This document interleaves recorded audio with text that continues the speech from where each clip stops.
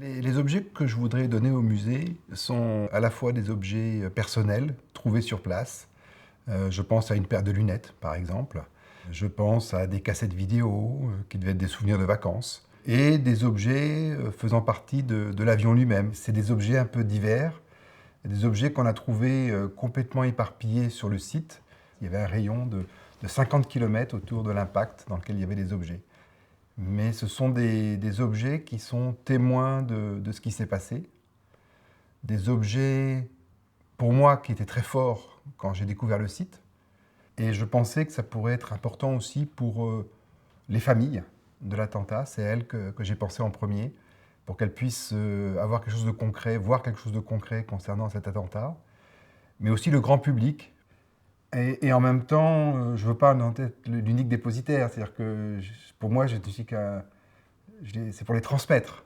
Je les ai ramassés dans l'idée de les donner ou de les offrir à la vue des autres.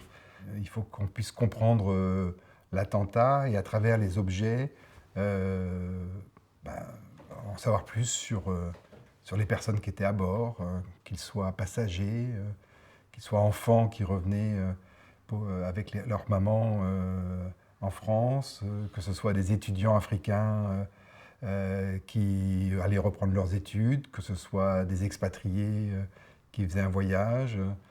Il y avait beaucoup de jeunes coopérants qui avaient passé l'été en Afrique et qui revenaient après avoir fait des actions humanitaires, qui étaient à bord. C'était un morceau d'humanité qui a disparu, qui a été rayé de la carte, et je voulais redonner de l'humain à cette humanité. Alors les objets que mon père avait sur lui ont été retrouvés, ainsi que ses valises, et c'est ma mère qui les avait récupérés à l'époque. On nous avait toujours dit qu'il serait impossible d'aller sur le site du crash, puisque juste après l'événement, ce sont des hélicoptères de l'armée française qui sont partis de N'Djamena pour d'une part, dans un premier temps, constater les dégâts. Je dirais même que c'est la chasse française qui a survolé les morceaux de l'avion et l'endroit où le principal de l'avion s'est crashé, avec une image assez forte en étoile de feu.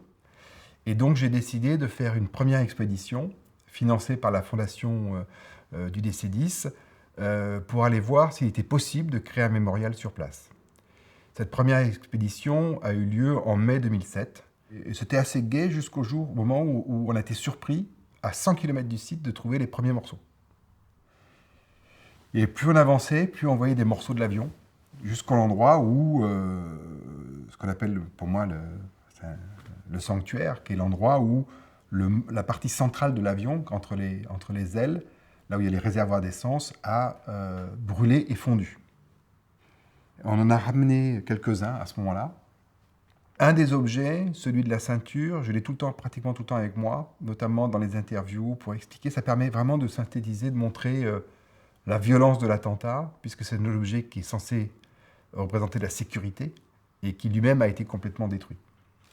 Et maintenant, on est dans des morceaux qui étaient plus là où il y avait les passagers.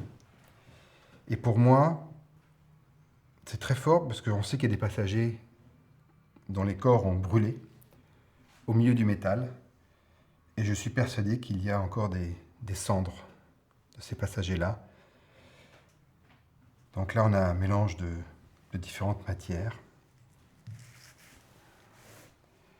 Donc c'est vraiment la partie qu'on a ramassée dans ce qu'on appelle le sanctuaire. Là, on n'a pas voulu mettre le mémorial d'ailleurs. On l'a mis à côté, le mémorial, parce qu'on ne voulait pas abîmer cet endroit, qui est une sépulture, en fait.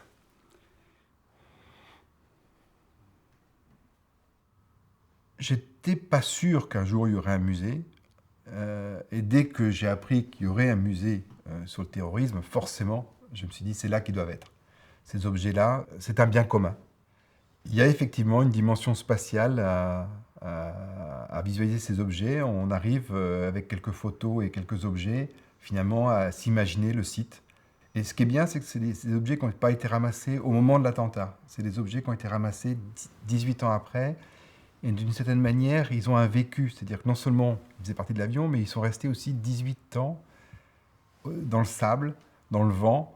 Ils ont été inspirés par ce désert. Et donc, ils ont une vie après l'attentat, et c'est à ce moment-là qu'ils ont été ramassés, et qui, pour moi, leur donne encore plus de spiritualité.